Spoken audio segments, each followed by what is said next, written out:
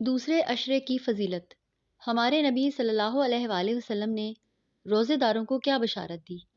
پیارے دوستو، جیسا کہ رمضان المبارک کا دوسرا عشرہ شروع ہو چکا ہے اور ہر عشرے کی اپنی ہی ایک اہمیت ہے، اسی لیے دوسرے عشرے میں جتنا زیادہ ہو سکے استغفار کرنے کے ساتھ ساتھ دوسروں کا خیال رکھا جائے، اتنا ہی اللہ تعالیٰ بندوں سے خوش ہوگا۔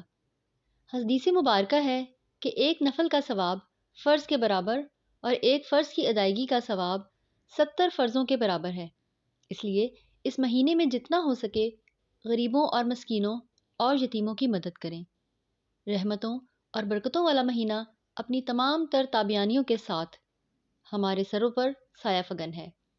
بلا شبہ ماہ رمضان کی فضیلتیں اور اس کی عظمتیں بہت زیادہ ہیں۔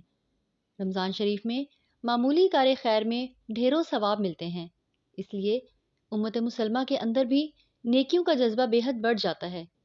پھر روزے دار کے لیے تو ایسی ایسی بشارتیں اور خوشخبریاں ہیں کہ انسان ہنستے کھیلتے گرمی کے روزے بھی خوشی خوشی رکھ لیتا ہے اور اسے کوئی پریشانی نہیں ہوتی۔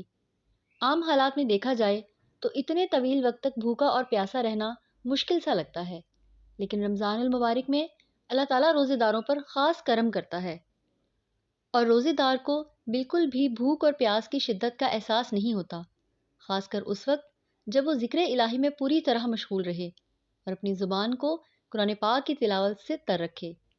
حضرت محمد مصطفیٰ صلی اللہ علیہ وآلہ وسلم نے ارشاد فرمایا کہ جنت کے دروازوں میں ایک خاص دروازہ ہے جس کو باب الریان کہا جاتا ہے۔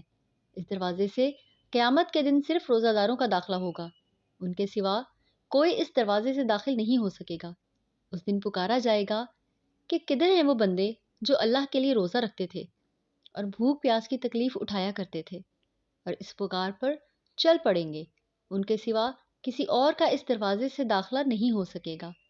جب روزہ دار اس دروازے سے جنت میں پہنچ جائیں گے تو یہ دروازہ بند کر دیا جائے گا، پھر کسی کا اس سے داخلہ نہیں ہو سکے گا۔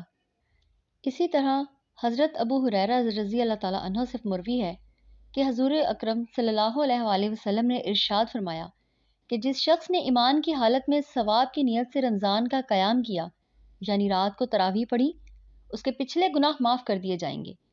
پیارے دوستو، رمضان وہ بابرکت مہینہ ہے جس میں ہم بے شمار رحمتیں، نعمتیں اور برکتیں سمیٹ کر اپنے پورے سال کو خوشبو سے مہکا سکتے ہیں۔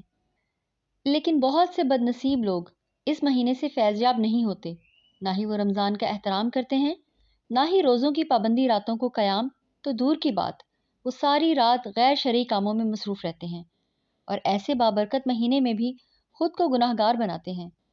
خدا ہمیں ایسے لوگوں میں شامل نہ فرمائے، بلکہ ہمارا خاتمہ ایمان پر ہو اور ہم نیک لوگوں میں شامل کیے جائیں، یہی ہماری دعا ہے۔